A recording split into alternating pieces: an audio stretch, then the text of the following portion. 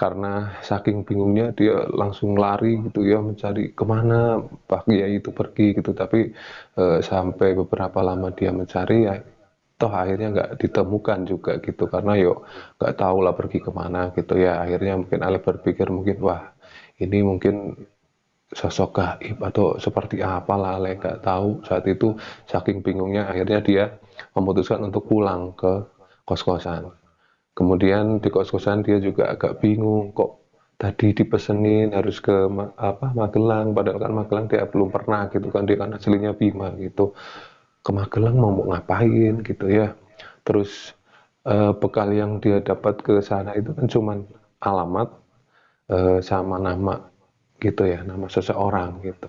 Tapi karena saking penasarannya, Ale setelah beberapa hari memutuskan untuk pergi ke tempat atau alamat yang sama Mbah Kiai itu sebutkan. Ternyata tanpa untuk menyingkat cerita, ternyata tempat yang disebutkan oleh Mbah Kiai tersebut itu adalah sebuah pondok pesantren gitu.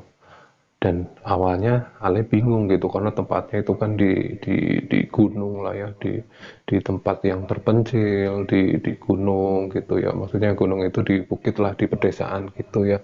Ale memberanikan diri untuk masuk ke pesantren itu, dan ada santri yang menyambutnya dan menanyakan kepada Ale, Mas mau cari siapa gitu. Sambil malu-malu karena takut salah alamat, Ale menanyakan ke santri tersebut, Dek, bener nggak ini alamat ini? Iya bener Mas, gitu. Emang kenapa gitu? Santri itu menjawab kembali.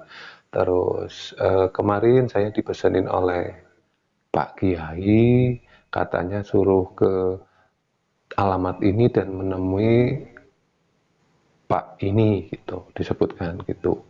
Wah, ternyata setelah disebutkan nama seseorang tersebut, santri tersebut kaget dan langsung berubah. Yang tadinya biasa akhirnya sangat menghormati Ale tersebut.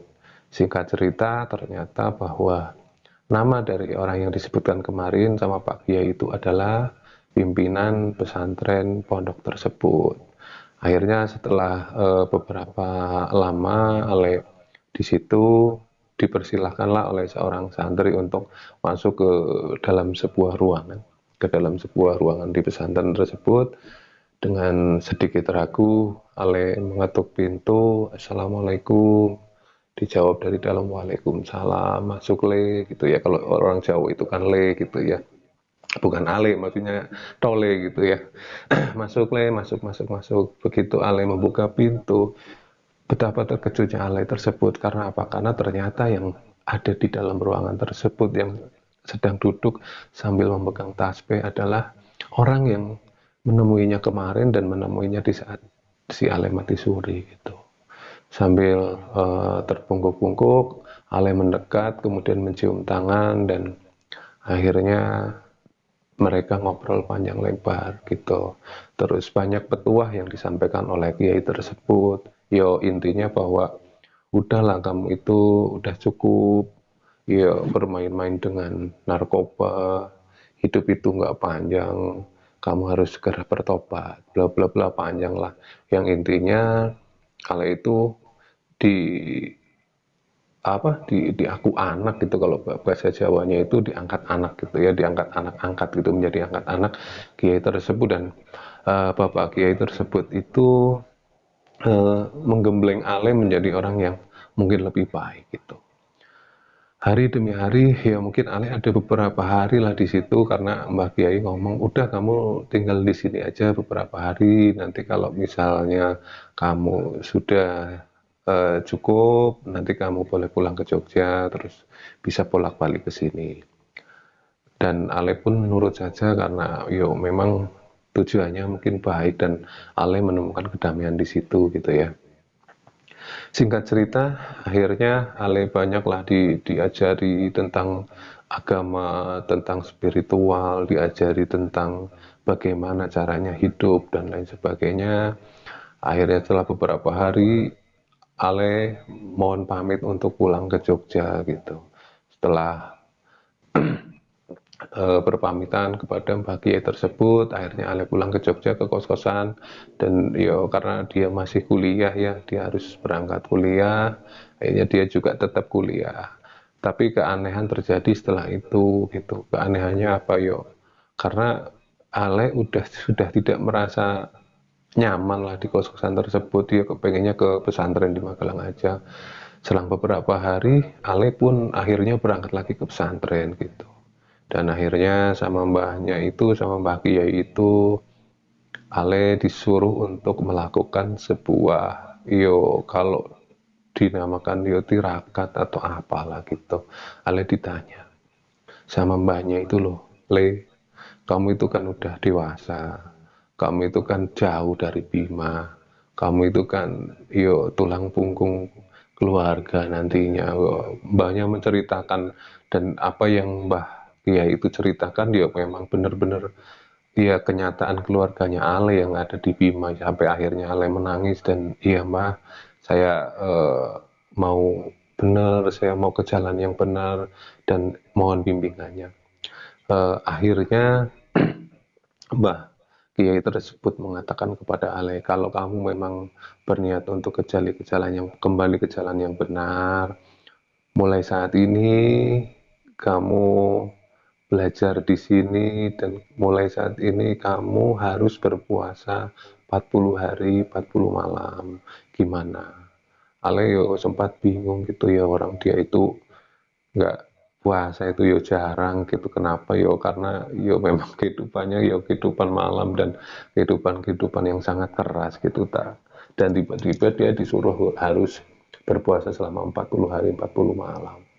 Tapi setelah dipikir-pikir, karena tekad Ale yang begitu kuat, kepingin menjadi orang yang lebih baik dan mungkin bisa nolong orang tua dan adik-adiknya kelak gitu, akhirnya Ale yo menuruti dan mengangguk, iya Mbah, saya mau gitu. Dan akhirnya setelah beberapa doa-doa dan wiridan yang dikasih ke Ale, terus mandi wajib dan segala prosesinya, akhirnya Ale menjalankan puasa 40 hari.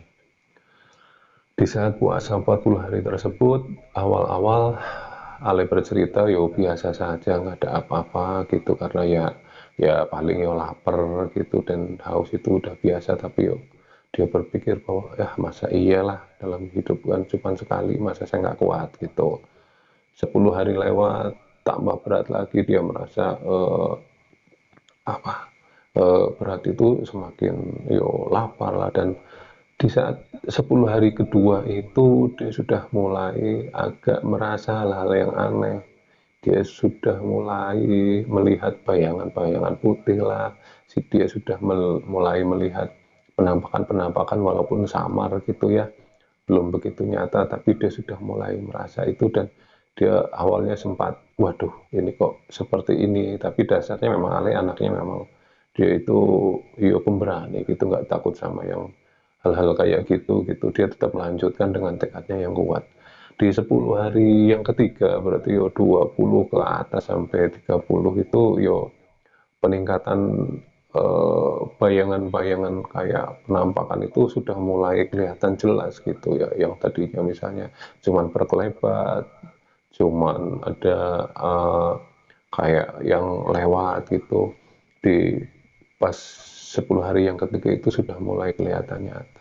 Dan begitu di 10 hari terakhir, yaitu 10 hari ya mau ke 40-nya, Ale sudah merasa benar-benar kayak yang wah, kok berat banget gitu ya, karena penampakan-penampakan itu sudah mulai terlihat sangat nyata gitu dan lama gitu. Kalau yang kemarin pas 10 hari yang ketiga itu kan dia masih cuman kadang lewat kadang apa, tapi di 10 hari yang keempat ini dia itu sudah benar-benar yo melihat dengan kayak yang nyata gitu di depannya yo. Dia cerita itu yo nggak cuman apa sih itu kuntilanak, apa sih itu genderuwo, apa itu, wah semuanya itu datang